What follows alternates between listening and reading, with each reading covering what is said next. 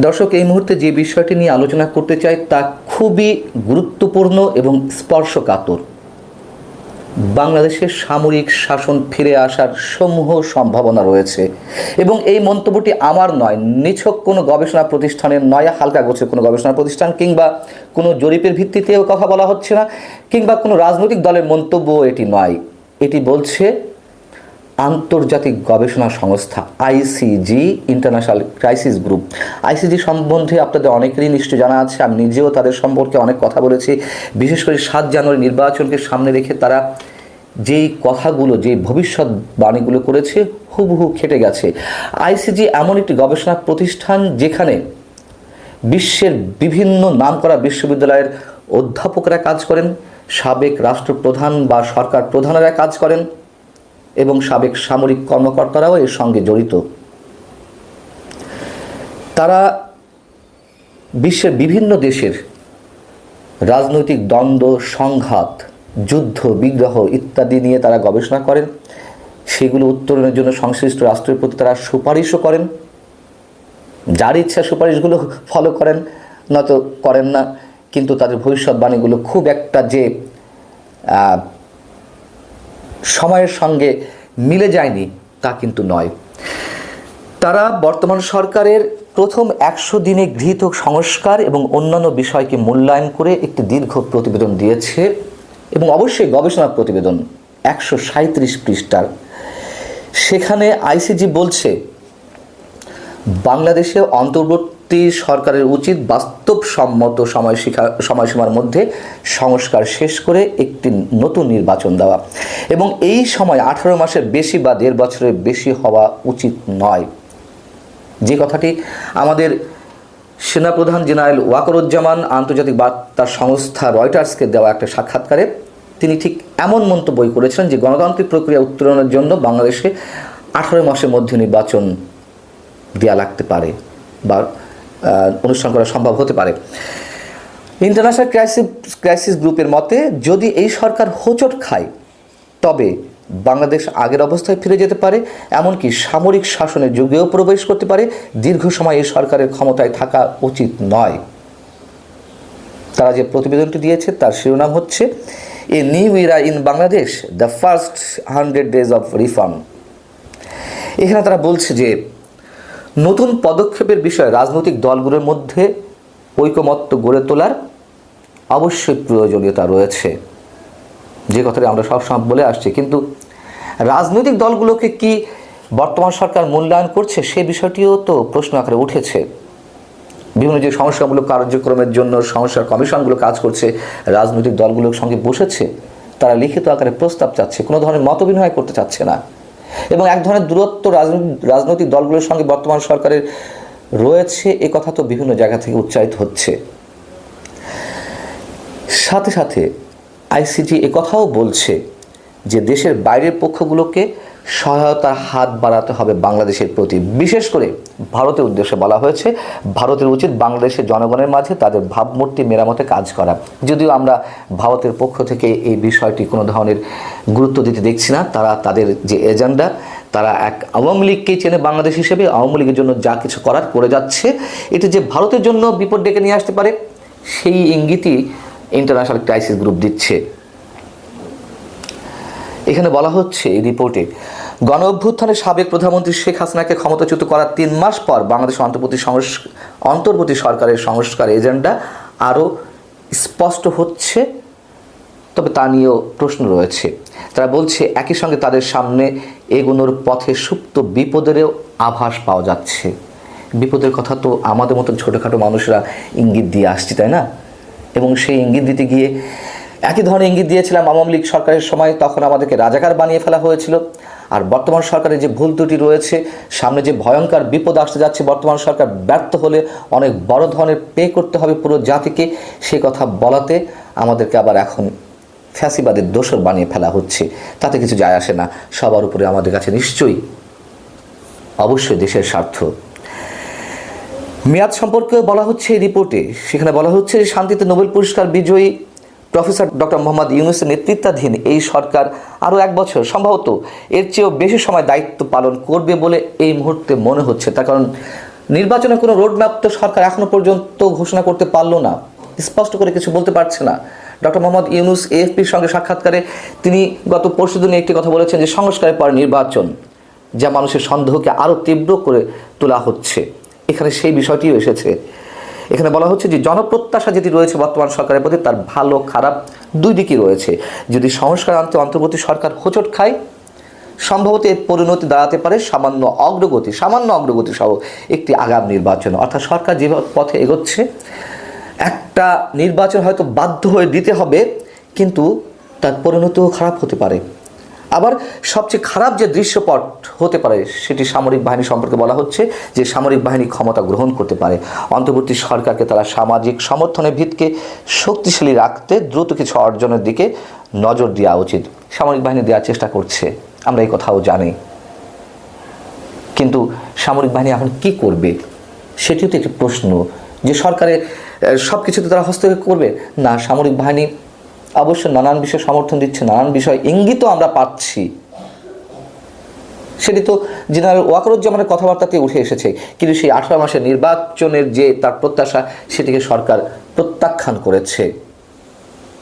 আমরা তো দেখেছি প্রধান উপদেষ্টা সহ অন্যান্য উপদেষ্টার মন্তব্য। যা হোক, এবং যতদিন এই সরকার ক্ষমতায় বেশি থাকার চেষ্টা করবে, তাতে যে বিপদ ঘনিয়ে আসার সম্ভাবনা সেটি উল্লেখ করে বলা হচ্ছে যে আকাশচুম্বী জনপ্রত্যাশা সামলানোই হবে খুব চ্যালেঞ্জিং। আমরা জানি জনক্ষোভ বাড়তে শুরু করেছে সরকারের প্রতি। আইন শৃঙ্খলা পরিস্থিতি, নিত্য পণ্যের যে ঊর্ধ্বগতি, খাদ্য মূল্যস্ফীতি 12% ছাড়িয়ে গেছে। এটি গত 2 দিন আগের কথা। 12%। সেই জায়গা থেকে তারা বলছে যে তাদের অভিজ্ঞতা বলে অন্তর্বর্তী সরকার যত বেশি ক্ষমতায় থাকতে চাইবে, আগাম নির্বাচনের দাবি তত জোরদার হবে এবং তাদের বৈধতা নিয়ে আরও বেশি সন্দেহ দেখা দেবে। ডক্টর ইউনূস সমাজের দুর্বল গোষ্ঠীগুলোকে আঘাত করতে পারে এমন অর্থনৈতিক সংস্কার এবং হাসিনার শাসনামলে সংঘটিত মানবাধিকার লঙ্ঘনের জবাবদিহি কতটুকু করবেন, এমন বিষয়সহ অজনপ্রিয় সিদ্ধান্ত নিতে বাধ্য হবেন। রিপোর্টে আরও বলা হচ্ছে ডক্টর ইউনূসের টিম লক্ষ্যে পৌঁছানোর ক্ষেত্রে কতটা সফল হতে পারবে যদিও তা স্পষ্ট নয়। আমরা বিভিন্ন ক্ষেত্রে সরকারের উপদেষ্টাদের প্রতি নানান ধরনের ক্ষোভ কিন্তু আমরা এখন দেখতে পাচ্ছি। সব কিছুকে যদি বলা হয় যে আওয়ামী লীগের ষড়যন্ত্র, এটি বলে আসলে ভালো কোনো কিছুর ডায়াগনোসিস করা সম্ভব নয়। এখানে বলা হচ্ছে যদিও তা স্পষ্ট নয়, বিকল্পগুলো সুখকর নয় বলেই মনে হচ্ছে। একটি আগাম নির্বাচন সম্ভবত ক্ষমতা কিছুটা কাটছাট করে বিএনপিকে ক্ষমতায় আনবে। এটিও তো বাস্তব কথা। এই মুহূর্তে বিএনপির চেয়ে বড় রাজনৈতিক দল বাংলাদেশে নেই, সত্য কথা। কারো ভালো লাগতে পারে, কারো নাও লাগতে পারে। ইন্টারন্যাশনাল ক্রাইসিস গ্রুপ বলছে বিএনপিকে উদ্দেশ্য করে যে দলটির অতীত কর্মকাণ্ডের পরিপ্রেক্ষিতে অনেকেরই সংশয় আওয়ামী লীগের চেয়ে তারা তেমন ভালো কিছু করে দেখাতে পারবে, প্রশ্ন আকারে উঠেছে। আপনারা কি বুঝতে পারছেন যে ইন্টারন্যাশনাল ক্রাইসিস গ্রুপ কতটা পুঙ্খানুপুঙ্খ সূক্ষ্ম বিশ্লেষণ করে এই রিপোর্টটি করেছে? শুধু এই রিপোর্ট নয়, আমি বলেছি তারা যেই রিপোর্টই দিক না কেন, যথেষ্ট গবেষণার ভিত্তিতে বাস্তবসম্মত রিপোর্টগুলোই উপস্থাপন করে। তারা বলছে যে এতে সামরিক শাসন আমলের সূচনা হবে, আবারও বলছে, এবং দীর্ঘ এই প্রতিবেদনের সামরিক শাসনের শব্দগুলো অসংখ্যবার এসেছে। তারা বলছে ডক্টর ইউনূসের সরকারকে যারা দুর্বল করতে চাইছে তাদের বিরুদ্ধে এই সরকার সবচেয়ে ভালো সুরক্ষা হবে, অব্যাহতভাবে নিজেদের কাজের সুফল দিয়ে যাওয়া। যেটি বলছিলাম, আওয়ামী লীগের ভুল ত্রুটি দেখিয়ে দিতে গিয়ে তারা আমাদেরকে রাজাকার বলে উল্লেখ করছিল। এখনও এই সরকারের ভুল ত্রুটি দেখাতে গিয়ে যখন আমরা সমালোচনা করছি, সেই আগের মতোই গড়ে সবাইকে বানিয়ে ফেলা হচ্ছে। সমালোচনাকারীদেরকে বলা হচ্ছে ফ্যাসিবাদের দোসর, অর্থাৎ আওয়ামী লীগের দোসর, যা সুফল বয়ে নিয়ে আসবে না, বরঞ্চ সমালোচনাকারীদের সুরক্ষা দেওয়ার কথা বলা হচ্ছে। এখন যে যায় লঙ্কায় সে হয় রাবণ, আমরা জানি। নিশ্চয়ই আমরা এই সরকারের জন্য সেটি প্রয়োগ করতে চাই না।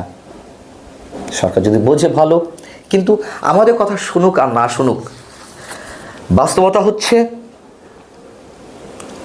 ইন্টারন্যাশনাল ক্রাইসিস গ্রুপকে, তাদের এই প্রতিবেদনকে যথেষ্ট গুরুত্বের সঙ্গে নিতে হবে সরকারকে এবং আমাদের প্রধান উপদেষ্টা ডক্টর মোহাম্মদ ইউনূসকে। আবারও বলি, এটি নিছক কোনো প্রতিবেদন নয়। আপনারা খোঁজ নিয়ে দেখুন, ইন্টারন্যাশনাল ক্রাইসিস গ্রুপ যা বলে, আমার অভিজ্ঞতা আমি বলতে পারি সেটি মোটামুটি 80 থেকে 90% খেটে যায়। নির্বাচন কবে হবে সে আলোচনা এই সরকার দায়িত্ব নেওয়ার পর থেকেই হচ্ছে।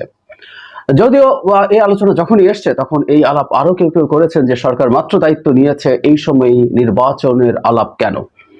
আমাদের মনে থাকার কথা, বিএনপি স্পেসিফিকলি প্রথম 3 মাসের মধ্যে নির্বাচন দিতে হবে, তারপর 6 মাসের মধ্যে নির্বাচন দিতে হবে, কিন্তু তারা রিয়েলাইজ করেছে যে এই আলাপটা তাদের হয়তো ওই সময় প্রিম্যাচিওর হচ্ছে, ফলে তারা পরবর্তীতে নির্বাচনের রোড ম্যাপ চাইতে শুরু করেছিলেন। ডক্টর ইউনূস সম্প্রতি আজারবাইজানে গেছেন জলবায়ু সম্মেলনে, সেখানে একটা সংবাদ সংস্থার সাথে সাক্ষাৎকারে নির্বাচন সম্পর্কে কয়েকটা কথা বলেছেন। সেটাকে আমরা কিভাবে দেখব সেটা একটু বোঝা দরকার আছে, এবং তিনি এই কথাগুলো যে প্রেক্ষাপটে বলেছেন সেই প্রেক্ষাপটও এখন ভাইটাল। তিনি বলছেন, আমরা হলাম অন্তর্বর্তী সরকার, আর তাই মেয়াদকাল যতটা সম্ভব সংক্ষিপ্ত হওয়া উচিত।